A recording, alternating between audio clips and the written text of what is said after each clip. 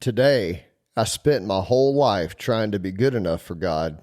Then I learned presence was the only thing God ever asked for.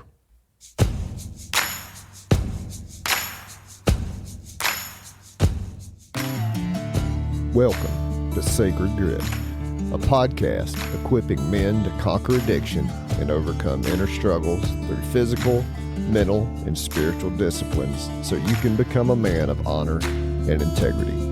I'm Jason Lyle. Now let's get to work. Today you'll learn trying harder in your faith without regulating your nervous system is just white knuckling with a Bible in your hand.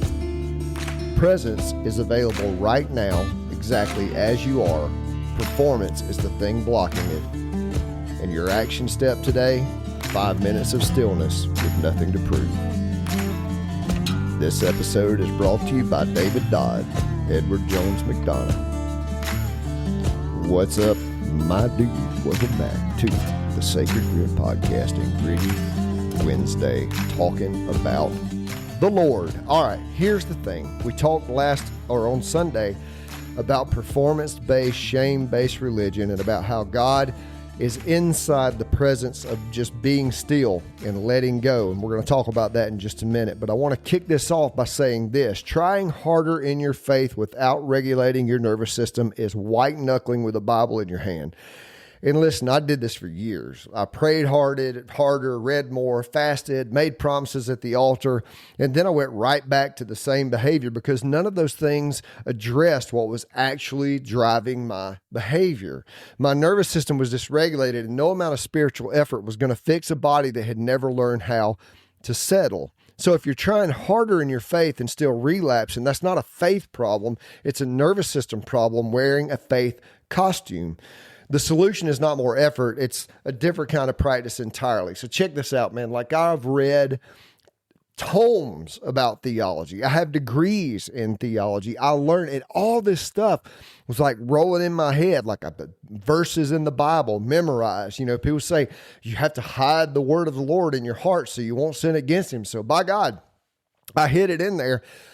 But I still sinned against him, and I just could not get that information that was in my head down into my body until I learned how to regulate my nervous system, because that regulation of my nervous system isn't a magic pill, but what it does do, it brings me into presence. And here's the thing about presence.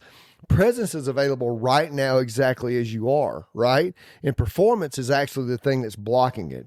I think about, when we talk about coming into the presence of the Lord, if we believe if you're a mainline evangelical, first of all, this podcast probably makes your skin crawl, but second of all, you're still listening, so that's a good thing.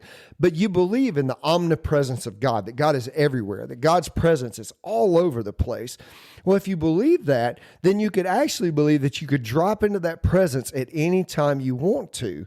But I would just argue that performance is blocking it, because if you believe you can read enough, learn enough, know enough, pray enough, ask enough, do all the things, go to church enough, give enough money, all the things that you can get there, you're actually blocking the one thing that you need, and that is just simply presence. Now, this is the thing that it took me the longest to believe.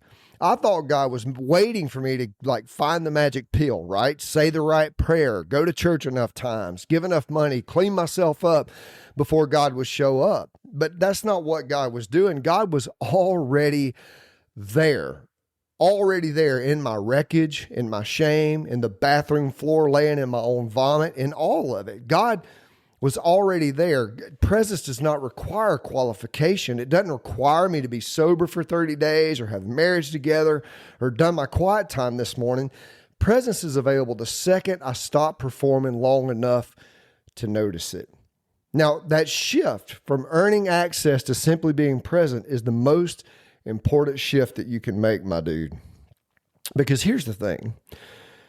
God is like oxygen. You don't ever have to guess whether or not it will be there. You just breathe it.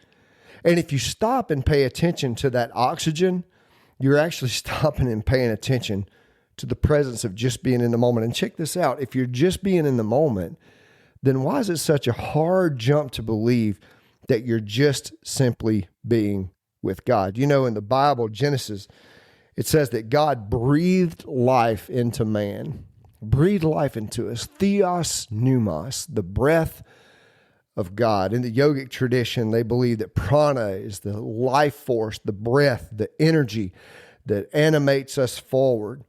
What if you just started to believe that all you have to do to access that energy is to be born again? You might say, well, Jason, that sounds amazing. How am I born again? I'm glad you asked. I can tell you it's not by going down an altar and saying a prayer and holding a preacher's hand and praying what he tells you to pray.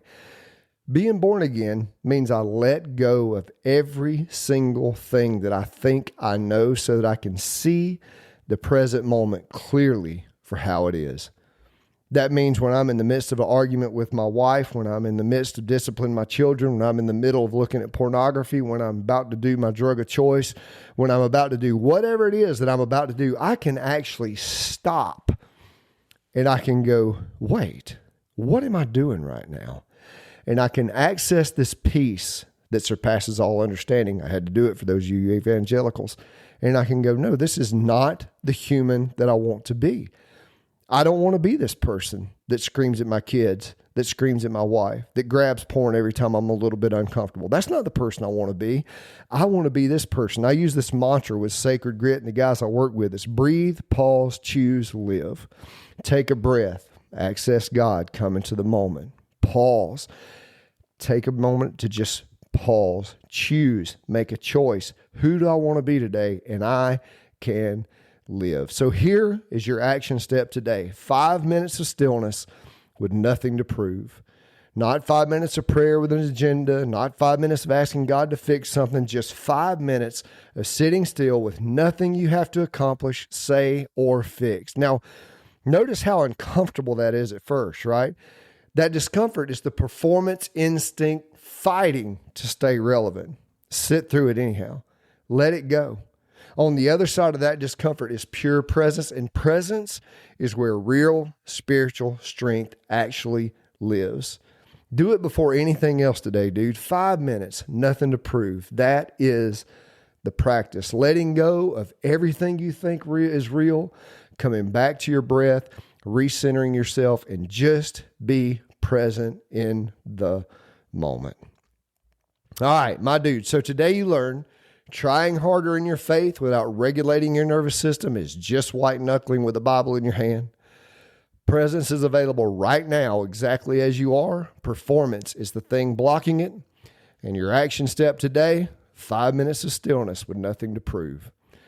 My dude, thank you for listening. It means a ton to me. If you're interested in coaching with me, you can reach out to me at jason.lyle@thesacredgrit.com. Also, link in the show notes. And I would love to have a conversation with you and see if we're a fit. First call's free, my dude. Give me a buzz.